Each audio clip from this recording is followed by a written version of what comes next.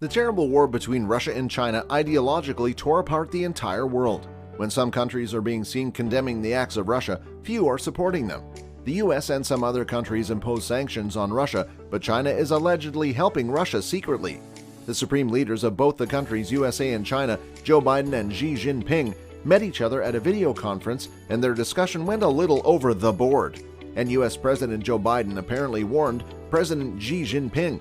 We'll definitely cover the issue in detail. Welcome to Warzone. If you don't want to miss out on any new political news, conflicts, battles, or anything else related to politics, then subscribe to our channel and hit the bell button so that you will always be notified.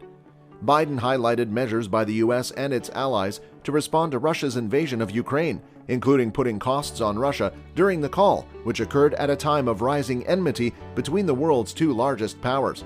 According to the White House, he underlined the ramifications and repercussions if China gives material assistance to Russia while it conducts savage strikes against Ukrainian cities and citizens. Moreover, Biden underscored his support for a diplomatic settlement to the conflict. According to a senior U.S. official briefing reporters on the phone, Biden stated that Beijing will face consequences not only from the U.S., but also from the rest of the globe. The call was the conclusion of a campaign to shut off Russian calls for assistance to China as its invasion plan falters. Earlier this week, Mr. Biden's national security advisor sent a similar warning to his Chinese counterpart in Rome. According to the White House, President Biden told Xi Jinping on Friday that providing material help to Russia to bolster its war in Ukraine would have implications and repercussions. During a nearly 2-hour video chat, Mr. Biden spelled out for Mr. Xi the consequences the U.S. and its allies had placed on Russia after it invaded Ukraine. Jen Psaki, the White House press secretary, told reporters on Friday afternoon, citing President Biden, he made clear what the implications and consequences would be if China provides material support to Russia as it conducts brutal attacks against Ukrainian cities and civilians. He didn't seem to receive any assurance in return. In actuality, Xi blamed the United States for the problem and said that the next step was up to Biden, citing a Chinese proverb, "He who tied the bell to the tiger must take it off." China's foreign ministry condemned conflict and hostility as not in anyone's interest, but gave no blame to Russia and stated nothing about the next moves. At the end of the call, after U.S. President Joe Biden cautioned Xi Jinping, both presidents emphasized the need for a diplomatic solution to the problem. While the White House did not specify what those implications may be or how the U.S. would interpret material support, Press Secretary Jen Psaki suggested that China's huge trade flows might be harmed. When asked whether China, the world's largest exporter, may face trade duties or penalties, Psaki said that sanctions are absolutely one option in the toolbox. Psaki said the U.S. will convey any implications directly to Beijing with their European allies and colleagues. According to China's foreign ministry, Xi urged Biden that the war in Ukraine must stop as soon as possible and that NATO countries should pursue talks with Moscow. He did not, however, ascribe culpability for the invasion to Russia. Mr. Jinping stated to Biden that right now the main priorities are to continue discussion and talks, limit civilian losses, avert a humanitarian disaster, stop combat, and terminate the conflict as quickly as feasible.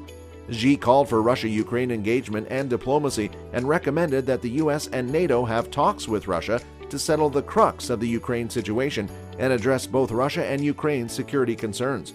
He said, "The Ukraine crisis is something that we don't want to see." During the call, Biden was attempting to persuade Beijing to join Western criticism of Russia's invasion of Ukraine. Also, the Chinese president stated that state-to-official relations cannot escalate to the point of armed conflicts. According to him, China and the U.S. should bear world responsibilities and that peace and security are the most valuable jewels in the international community. On the contrary, the officials of the Chinese ministry released a statement that sweeping and indiscriminate sanctions would only make the people suffer. If further escalated, they could trigger serious crises in global economy and trade, finance, energy, food, and industrial and supply chains, crippling the already languishing world economy and causing irrevocable losses. However, this indirect caution of the Chinese government against the sanctions imposed on Russia has not affected its U.S. counterpart. According to Biden, the United States of America is likely to impose more sanctions on Russia. The White House stated the 1.5-hour phone call finished at 10:53 a.m. in Washington. While the leaders of the two powerful countries, Biden and Jinping, are in diplomatic talks about the consequences and future of the war, the soil of Ukraine continues to bleed.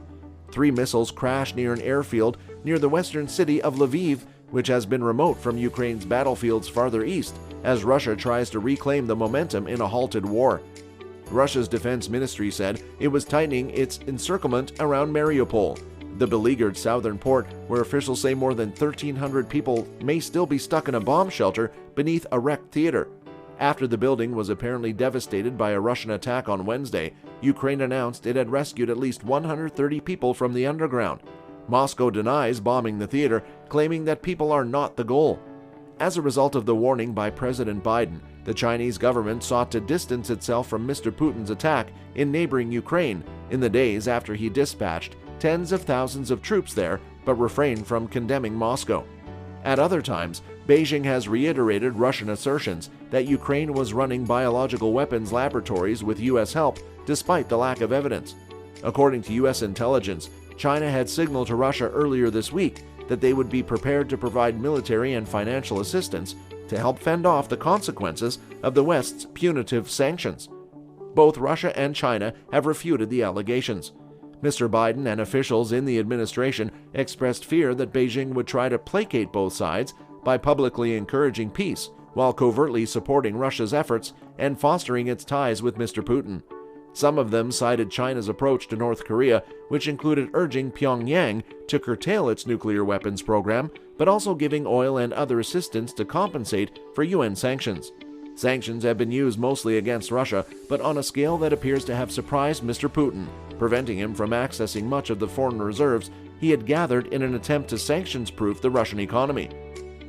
The White House has implied in public communications, citing President Biden, that the U.S. may slap secondary sanctions on China, the world's second-largest economy. However, unlike Russia, China's size and economic clout imply that sanctions against it may have far-reaching consequences across the global economy, and many nations and businesses could vigorously oppose such measures. The meeting between Biden and Xi Jinping took place at a critical juncture in the war, as Russia seeks to seize Kyiv, Ukraine's capital, and gain control of the country's southern shore.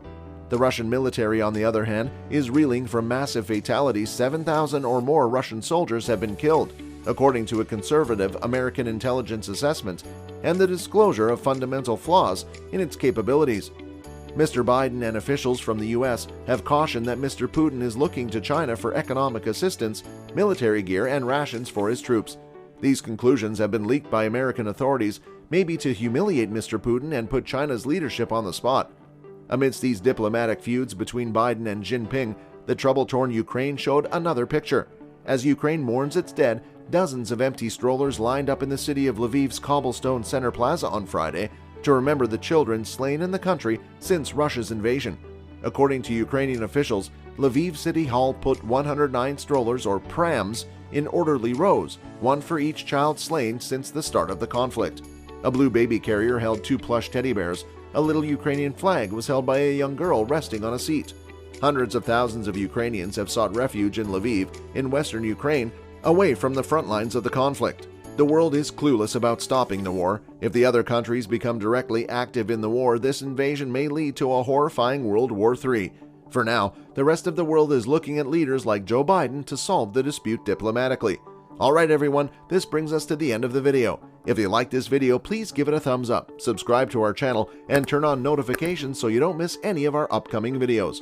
Until then, take care and we will be back with another video.